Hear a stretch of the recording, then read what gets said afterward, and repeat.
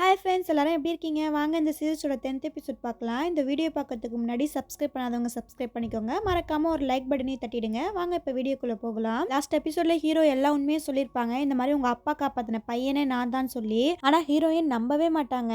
சும்மா ஏதாவது என்கிட்ட விளையாண்டிட்டு இருக்காத, இந்த மாதிரிலாம் என்கிட்ட பேசாதே, இது எனக்கு பிடிக்கல அப்படின்னு சொல்லக்குள்ள இதுதான் உண்மை, நீ நம்பித்தான் ஆகணும், அந்த பையன் நான் தான் அப்படின்னு சொல்லக்குள்ள ஹீரோயினுக்கு அப்படியே மனசெல்லாம் உடஞ்சு போயிடுது. இப்போ நான் தனியா இருக்கணும்னு விரும்புறேன், தயவு செஞ்சு வெளியில போ அப்படின்னு கத்தக்குள்ள ஹீரோ ஒண்ணுமே சொல்லாம அப்படியே நிக்கிறாரு. ஹீரோயின் அப்படியே உட்காந்து அழுக ஆரம்பிக்கிறாங்க. ஹீரோவும் ஹீரோயின் சொன்னதுக்காக வெளியில போகாம அப்படியே அவங்களுக்கு உட்காந்து ஆறுதல் சொல்லிட்டு இருக்காரு. மார்னிங் ஹீரோயின் கண் முழிக்கக்குள்ள அங்க ஹீரோ இல்ல, ஒரு நோட்ஸ் மட்டும் எழுதி வச்சுட்டு போயிருக்காரு. இந்த மாதிரி நான் உண்மையை சொல்லாம கூட உங்ககிட்ட இருந்திருக்கலாம், ஆனா நான் உங்ககிட்ட உண்மையா இருக்குன்னு நினைச்சேன், அதனாலதான் இந்த எல்லா உண்மைகளையும் உங்ககிட்ட சொன்னேன், என்ன மன்னிக்கிறதும் மன்னிக்காததும் உன் விருப்பம் அப்படிங்கிற மாதிரி எழுதி வச்சிருக்காரு. நெக்ஸ்ட் ஆஃபீஸ்க்கு ஹீரோயின் வராங்க. ஆனா ஹீரோவை கண்டுக்கவே இல்லை, அவங்க முகத்தை கூட பார்க்கல, அப்படியே போயிடுறாங்க உள்ள. அப்படியே ஹீரோ அவாய்ட் பண்ணிக்கிட்டே இருக்காங்க.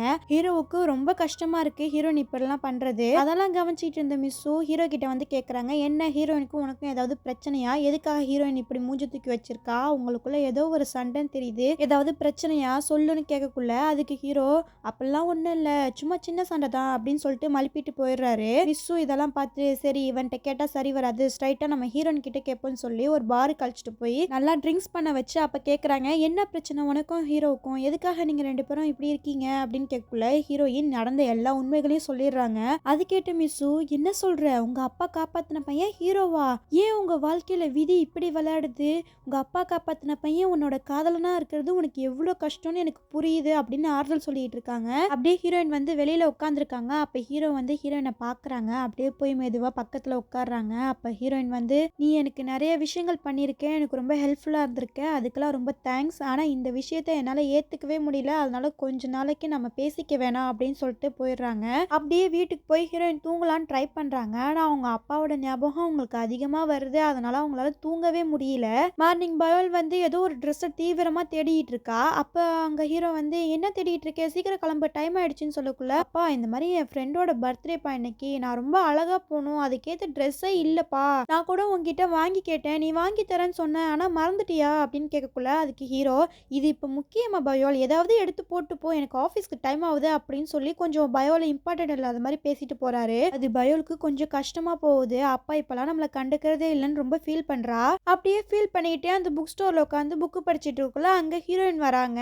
அப்போ பயோலும் ஹாய்னு ரொம்ப சோகமாக சொல்கிறத பார்த்த ஹீரோயின் என்னாச்சு உனக்கு, ஏன் இவ்வளோ டல்லாக இருக்க அப்படின்னு கேட்கல, இன்னைக்கு என்னோட ஃப்ரெண்டோட பர்த்டே, ஆனால் என்கிட்ட போட்டு போக நல்ல ட்ரெஸ்ஸும் இல்லை, அவளுக்கு கொடுக்க எனக்கு கிட்ட கிஃப்ட்டும் இல்லை அப்படின்னு ஃபீல் பண்ணும்போது அதுக்கு ஹீரோயின் இதான் உன் பிரச்சனையா, வா நான் அவனை சூப்பராக ரெடி பண்ணி அழைச்சிட்டு போகிறேன்னு சொல்லி அந்த பர்த்டே பார்ட்டிக்கு ஒரு பிரின்சஸ் மாதிரி பயோலை கலப்பி அழைச்சிட்டு போகிறாங்க. பயோலுக்கு ரொம்ப ஹாப்பியாக இருக்குது. அந்த பர்த்டே கேலே சிம்பிளாக தான் இருக்கா, ஆனால் பயோல் தான் செம அழகாக இருக்கா, அதோட ஒரு பெரிய கிஃப்ட்டும் கொண்டு கொடுக்குறா. அதெல்லாம் பார்க்கல ஹீரோயினுக்கும் ரொம்ப சந்தோஷமா இருக்கு, பயோலுக்கும் ரொம்ப ரொம்ப ஹாப்பி ஆயிடுது.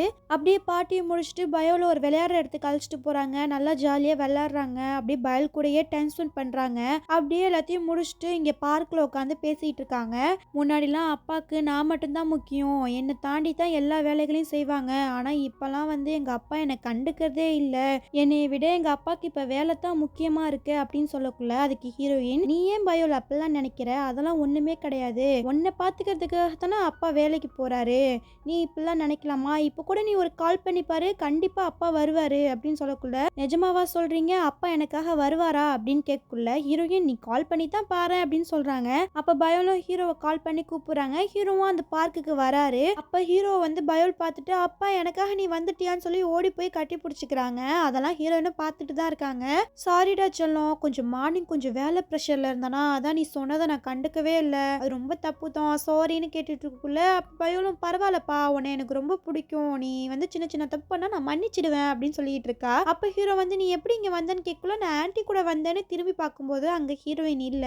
ஹீரோவுக்கும் புரியுது, ஓகே நம்ம வந்ததுனால தான் ஹீரோயின் கிளம்பி போயிட்டாங்கன்னு. இங்க ஹீரோயின் அவங்க அப்பா இருக்கிற மெமோரியல் பிளேஸ்க்கு தான் வந்திருக்காங்க. இந்த மாதிரி அவங்க அப்பா கிட்ட பேசிட்டு இருக்காங்க. நீ ஏன்பா இப்படி பண்ண, நீ ஒருத்தவனை காப்பாத்துறேன்னு சொல்லி நீ விட்டுட்டு போயிட்டேன், நான் எவ்வளவு கஷ்டப்படுவேன்னு நீ யோசிக்கவே இல்லை, ஆனா அதை தினம் தினம் நினைச்சு நான் கஷ்டப்பட்டுட்டு இருக்கேன்ப்பா, இப்ப என்னன்னா நீ அந்த காப்பாத்தின பையனே இப்ப என் முன்னாடி வந்து நிக்கிறான். அவனை என்னால ஏத்துக்கவும் முடியல. ஆனா அவன் இல்லாமயே என்னால இருக்க முடியலப்பா. இப்ப நான் என்னத்தான் செய்வேன் அப்படின்னு புலம்பிட்டு இருக்காங்க. இங்க ஹீரோ வந்து லிஃப்ட்காக வெயிட் பண்ணிட்டு இருக்காங்க. அப்ப லிஃப்ட் திறக்கும் போது அங்க ஹீரோயினும் லிஃப்ட்டுக்குள்ள தான் இருக்காங்க. ஹீரோ ஏறலாமா ஏற வேணாமான்னு யோசிக்கும் போது ஆனா ஹீரோயின் எதுவுமே சொல்லாததுனால ஹீரோவும் வந்து ஏறிக்கிறாரு. அப்படியே கொஞ்ச நேரம் அமைதியாவே போயிட்டு இருக்காங்க. அப்ப ஹீரோயின் வந்து எனக்காக நீ எல்லா விஷயத்துலயும் சப்போர்ட்டா இருந்திருக்க. அதெல்லாம் என்னால மறக்கவே முடியாது. உன்னை விட்டு நான் தூரமா போலான்னு நினைக்கிறேன். ஆனா என்னால முடியல. அதனால நீ எனக்கு வேணும் அப்படின்னு சொல்லி ஹீரோவோட கையை இறுக்கமா பிடிச்சிக்கிறாங்க. அதை பார்த்து ஹீரோவுக்கு ரொம்ப சந்தோஷமாகுது. அப்படியே லிஃப்ட் கதவும் ஓப்பன் ஆகுது. சரி ஆஃபீஸ் வந்துச்சுன்னு சொல்லி ஹீரோ கையை விட்டுட்டு வெளியில போறாரு. ஆனா ஹீரோயின் இதுக்கு மேல என்ன சீக்ரெட் லவ் கேக்குது, எல்லாருக்கும் தெரியப்படுத்த வேண்டியதான். இனிமே யார் என்ன நினைச்சா எனக்கு என்னன்னு சொல்லி ஹீரோவோட கையை பிடிச்சிக்கிட்டு போறாங்க ஆஃபீஸ்க்குள்ள.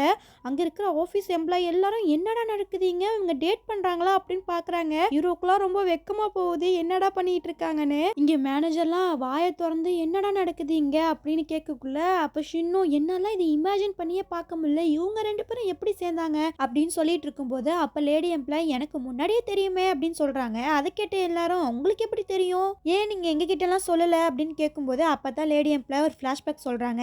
இந்த மாதிரி ஒரு நாள் நைட்டு நான் ஆஃபீஸ்க்கு வந்தேன் ஏதோ ஒரு ஃபைல் எடுக்கிறதுக்காக.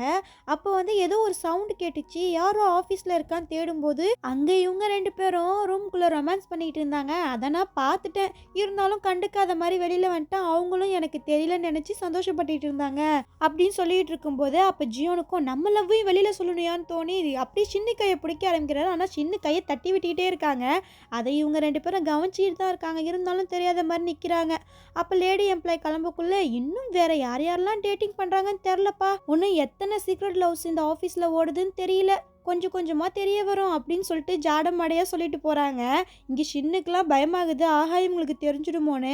ஆனால் ஏற்கனவே அவங்களுக்கு தெரிஞ்சிடுச்சு, அது இவங்க ரெண்டு பேருக்கும் தெரியல. இங்கே அந்த ஆன்ட்டி வந்து அந்த பையனை அழைக்கிறதுக்காக வராங்க. அப்போ ரெண்டு லேடிஸ் வந்து இந்த பையனை பார்த்தியா, இவங்களுக்கு அம்மா அப்பாவே கிடையாது, அந்த பொண்ணு என்னமோ பெருந்தன்மையாக வளர்க்குது, அதுக்கும் கல்யாணம் ஆகி போச்சுன்னா இந்த பையன் நிலைமை என்னன்னு தெரியல அப்படின்னு பேசிகிட்டு இருக்கும்போது அதை கேட்ட ஆன்ட்டிக்கு சமக்கம் வருது. சின்ன பசங்க தான் அவனுக்கு அப்பா அம்மா இல்லைன்னு சொல்லி கலாய்க்கிறாங்கன்னா நீங்கள் பெரியவங்க தானே, உங்களுக்கு அறிவு இல்லை, இப்படியா பேசுவீங்கன்னு அவங்க செம்மையா சண்டை போட ஆரம்பிக்கிறாங்க.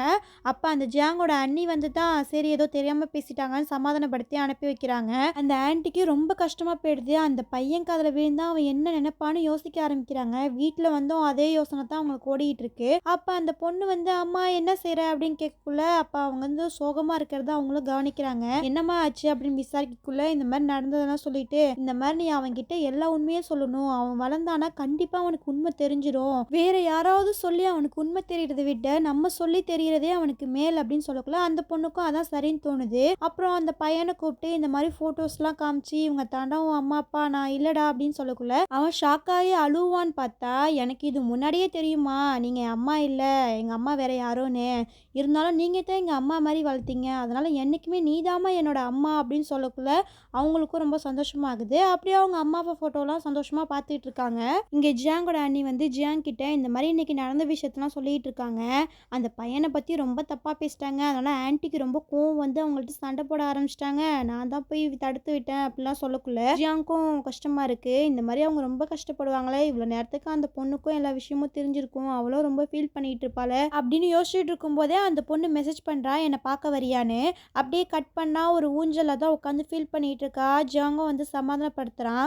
அப்போ அந்த பொண்ணு வந்து எனக்கு என் அக்கா ஞாபகம் வந்துருச்சு, என் அக்கா விட்டுட்டு போய் ரொம்ப நாளாக ஆயிடுச்சு, அவளை நான் ரொம்ப மிஸ் பண்ணுறேன், என் அக்கா பையனை என் பையன் மாதிரி வளர்த்தாலும் அவன் என் அக்கா பையன் தானே, அதுதானே உண்மை அப்படின்னு ரொம்ப ஃபீல் பண்ணிகிட்டு இருக்கும்போது அப்போ ஜியாங் வந்து கட்டி பிடிச்சி ஆறுதல் சொல்லிட்டு இருக்கான். இங்கே மேனேஜர் வந்து பதட்டமா தம்பி நான் உங்ககிட்ட ஒரு விஷயம் சொல்லணும் வரியான்னு ஹீரோவை அழைச்சிட்டு போகும்போது ஹீரோவும் என்ன சார் ஆச்சு, ஏன் இவ்வளோ பதட்டமாக இருக்கீங்க அப்படின்னு கேட்குறாரு. இல்லை தம்பி, நம்ம வேலையை விட்டு போன ஒரு ஓல்டு எம்ப்ளாய் வந்து கொஞ்ச நாளுக்கு முன்னாடி நான் பார்த்தேன், அவனை குடிச்சிட்டு இருக்கக்குள்ள நல்லா தான் பேசிகிட்டு இருந்தான். அப்போ நம்ம கம்பெனியை பற்றி கேட்கக்குள்ள கொஞ்சம் கொஞ்சம் நான் நம்ம ப்ராஜெக்ட் பற்றியும் நம்ம கிளைண்ட்ஸ் பற்றியும் நான் கொஞ்சம் சொல்லிட்டேன், ஆனால் அது அப்போ எனக்கு பெருசாக தெரில. இப்போ 2 நாளைக்கு முன்னாடி நான் நடந்து போயிட்டு இருக்கும்போது அப்போது ஒரு ரெஸ்டாரண்ட்டில் நம்ம கிளைண்ட்டோட அவன் பேசிக்கிட்டு இருக்கான். அதை பார்த்தோன்னே தான் எனக்கு டவுட் வர ஆரம்பிச்சிருச்சு, நமக்கு எதிராக அவன் ஏதோ ஒரு வேலை பார்க்குறான்னு எனக்கு தோணுது, ரொம்ப பயமாக இருக்குது தம்பி, நம்ம இதனால் நம்ம ப்ராஜெக்ட் ஏதாவது கொலாப்ஸ் ஆகிடுமோன்னு சொல்லக்குள்ள ஹீரோவோ நீங்கள் ஒன்றும் கவலைப்படாதீங்க, வாங்க நம்ம போய் ஹீரோயின் கிட்ட சொல்லலாம், அவங்க ஏதாவது சொல்யூஷன் சொல்லுவாங்கன்னு சொல்லி அப்படியே ஒரு மீட்டிங் போடுறாங்க. அந்த மீட்டிங்கில் எல்லாம் சொல்லக்குள்ள சரி விடுங்க, இது வரைக்கும் நடந்தது பறந்துருச்சு. இனிமே வந்து நம்மளோட கிளைண்ட்ஸ் நம்ம ப்ராஜெக்ட் எல்லாம் சீக்ரெட்டா இருக்கணும். அதுக்கேத்த மாதிரி வேலை பார்க்க ஆரம்பிங்க. புது கிளைண்ட்ஸை கண்டுபிடிங்க. யார்கிட்டயும் எதையும் சொல்லாதீங்க. சீக்ரெட்டா வச்சுக்கோங்கன்னு சொல்லி எல்லாரும் வேலை பார்க்க ஆரம்பிக்கிறாங்க. ஒவ்வொரு கேண்டிடேட்ஸையும் அவங்களுக்கே தெரியாமல் ஃபாலோ பண்ணி அவங்க நேர்மையானவங்களா, நல்ல வேலை பார்ப்பாங்களா, காசுக்கு வேலை போகாமல் இருப்பாங்களா அப்படின்னு சொல்லி எல்லாத்தையும் செக் பண்ணி ஒவ்வொரு கேண்டிடேட்டாக செலக்ட் பண்ணுறாங்க. அப்படியே ஹீரோயின் வேலை பார்த்து ரொம்ப டயர்டாக இருக்கும்போது அப்போ ஹீரோவா தனியாக கொஞ்ச நேரம் பேசலான்னு கூப்பிட்றாரு. அப்படியே 2 பேரும் பேசிக்க ஆரம்பிக்கிறாங்க. இந்த மாதிரி எவ்வளோ தான் பிஸியாக இருந்தாலும் டயர்டாக இருந்தாலும் உன்கிட்ட பேசும்போது எனக்கு அப்படியே மனசு நிம்மதியாக இருக்குது, எல்லா டயர்டும் அப்படியே பறந்துடுது அப்படின்னு சொல்லிட்டு இருக்கும்போது ஹீரோவும் எனக்கும் அப்படித்தான், உன் கூட இருக்கிறது தான் எனக்கு சந்தோஷம் அப்படின்னு சொல்லிட்டு இருக்கு. அங்க யாரோ வர மாதிரி தெரியுது. ஹீரோயின் நான் போய் பாக்குறேன்னு சொல்லி பார்க்கும்போது அங்க லேடி எம்ப்ளாய் தான் நிக்கிறாங்க. என்ன விஷயம் அப்படின்னு கேட்கும்போது எனக்கும் உங்க கூட இருக்கக்குள்ள தான் ரொம்ப சந்தோஷமா இருக்கு அப்படின்னு அவங்க சொன்ன டைலாக்கே அவங்கள்ட்ட சொல்லி காமிச்சு நக்கல் பண்ணிட்டு போறாங்க. அதை கேட்ட ஹீரோயின் ஹீரோ கிட்ட வந்து பாத்தியா அவ என்ன சொன்னான்னு கேட்டியா, அவ கண்டிப்பா நம்ம பேசுனதை கேட்டிருக்கா அப்படின்னு சொல்லக்குள்ள பரவாயில்ல கேட்டா கேட்டுட்டு போறா, இப்ப நீ வா சொல்லும் அப்படின்னு கூப்பிடக்குள்ள போடா அவ வேற கேட்டா நான் போறேன்னு சொல்லிட்டு ஓடிடுறாங்க. நெக்ஸ்ட் அந்த ப்ராஜெக்ட் சப்மிட் பண்ற நாளும் வருது. எல்லாரும் மீட்டிங் போட்டு உட்காந்துருக்காங்க. அப்போ ஜின்னு வந்து நக்கலாக சிரிச்சுட்டு உட்காந்துருக்காங்க. எப்படியும் இந்த ப்ராஜெக்ட் எனக்கு தான் கிடைக்கும்னு ஒரு ஃப்ளாஷ்பேக் யோசிக்கிறாங்க. அவங்க ஒரு கேண்டிடேட் லிஸ்ட் கொடுத்து இந்த கேண்டிடேட்ஸை மட்டும் செலக்ட் பண்ணுங்க, வேற யாரையும் செலக்ட் பண்ணாதீங்க அப்படின்னு சொல்லி எல்லா தில்லாலங்கடி வேலையும் செஞ்சு தான் இங்கே வந்து உட்காந்துருக்காங்க. இப்போ இன்வெஸ்டர் வந்து செலக்ட் பண்ண கேண்டிடேட் சொல்லலான்னு வரும்போது அப்போ ஹீரோயின் ஒரு நிமிஷம் அப்படின்னு சொல்லி அவங்க புதுசாக செலக்ட் பண்ணி வச்ச அத்தனை கேண்டிடேட் லிஸ்ட்டையும் அங்கே எக்ஸ்பிளைன் பண்ண ஆரம்பிக்கிறாங்க. அது அங்கே இருக்கிற எல்லா இன்வெஸ்டருக்கும் ரொம்ப பிடிச்சிருக்கு. அதனால ஹீரோயினுக்கு தான் ப்ராஜெக்ட் கிடைக்கிது. இங்கே ஜின்னுக்கெல்லாம் மூஞ்சில ஆடல என்னடா இப்படி நம்ம பிளான் ஊத்திக்கிச்சேன்னு பாக்குறாங்க. இங்க ஹீரோயினும் ஹீரோவும் ஹைஃபைலாம் போட்டுக்கிட்டு அப்படியே ஆஃபீஸ்க்கு போறாங்க. ஆஃபீஸ்ல உள்ள எல்லாருக்கும் அவ்வளோ சந்தோஷமா இருக்கு. வாங்க இன்னைக்கு நம்ம டின்னர் பார்ட்டி வைக்கலாம் அப்படின்னு சொல்லக்குள்ள ஹீரோயின் முறைக்கிறாங்க. இதெல்லாம் ஒன்றும் தேவையில்ல, போய் வேலையை பாருங்கன்னு சொல்லாம சொல்ற மாதிரி அவங்க தலையில கையை வச்சுக்கிட்டு கீழே குஞ்சிட்டு உட்காந்துருக்காங்க. அங்குள்ள எம்ப்ளாய்ஸ் எல்லாம் எப்படா இப்ப இதை சமாளிக்கிறதுன்னு யோசிச்சுட்டு இருக்கக்குள்ள அப்ப ஹீரோயின் வந்து ஒரு பிளாக் கடை நீட்டி எல்லாரும் போகலாம் லெட்ஸ் கோ அப்படின்னு கூப்பிடக்குள்ள அங்க இருக்கிற எல்லாருக்கும் ரொம்ப ஹாப்பி ஆயிடுது. என் நைட்டு டின்னர்ல காமிக்கிறாங்க. ஹீரோயின் பக்கத்தில் ஹீரோ உட்காரலாம் வரக்குள்ள அப்போ மேனேஜர் உட்காந்துறாரு. ஹீரோவும் சோகமாக போய் வேற சீட்டில் உட்காரக்குள்ள அப்போ ஜியோன் வந்து என்ன சார் நீங்கள் எவ்வளோ பெரிய அறிவாளி, இந்த மாதிரி ஒரு ஜோடியை பிரிக்கலாமான்னு கேட்கக்குள்ள என்ன சொல்கிறீங்க எனக்கு ஒன்றுமே புரியலையேன்னு மேனேஜர் சொல்கிறாரு. உங்களை நாங்கள் சீட்டு மாற சொல்கிறோம் அப்படிங்குள்ள ஹீரோக்குலாம் ரொம்ப எம்பாரசிங் ஆகிடுது. ஹீரோயினுக்கும் இல்லை வேணாம் அப்படிங்கிற மாதிரி தான் சொல்கிறாங்க. ஆனால் 2 பேரையும் சீட் மாதிரி உட்கார வச்சிடறாங்க. அப்போ தான் ஹீரோனுக்கும் ரொம்ப சந்தோஷமாக இருக்குது. முன்னாடிலாம் ஹீரோயின் வந்து யார்கிட்டையும் ஒட்டாமல் பார்ட்டிலாம் கலந்துக்காம தானே இருப்பாங்க. ஆனால் இப்போ எல்லாரோடையும் மிங்கிள் ஆகி அவங்களும் சேர்ந்து என்ஜாய் பண்ணுறாங்க. அப்படியே டின்னர் சூப்பராக போகுது. அப்படியே டின்னர்லாம் முடிச்சுட்டு வெளியில் வரக்குள்ள அப்போ ஹீரோ வந்து முன்னாலாம் நீங்கள் ரொம்ப அரகண்டாக இருப்பீங்க, எந்த டின்னர்லையும் கலந்துக்க மாட்டீங்க, ஆனால் இப்போ நீங்கள் ரொம்ப சாஃப்டாக மாறிட்டீங்க அப்படின்னு சொல்லக்குள்ள அதுக்கு ஹீரோயின் அதுக்கெல்லாம் காரணம் நீ தானே, உன்னால தான் நான் இப்படி மாறி இருக்கேன் அப்படின்னு அப்படியே பாசமலையாக புழிஞ்சிட்டு இருக்காங்க. நெக்ஸ்ட் மார்னிங் வந்து ஹீரோயின் கண் முழிக்கிறாங்க. அவங்களுக்கு நிறைய மெசேஜஸாக வந்துட்டு இருக்கு.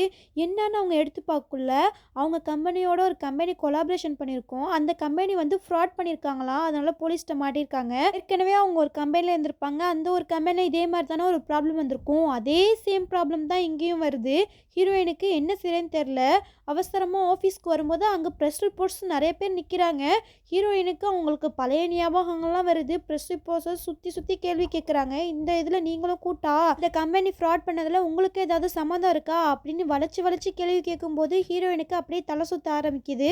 அப்போ ஹீரோ தான் வந்து காப்பாற்றுறாரு. இதோட இன்னைக்கான எபிசோட் முடியுது. அடுத்த எபிசோட் அப்புறம் பார்க்கலாம். பாய்.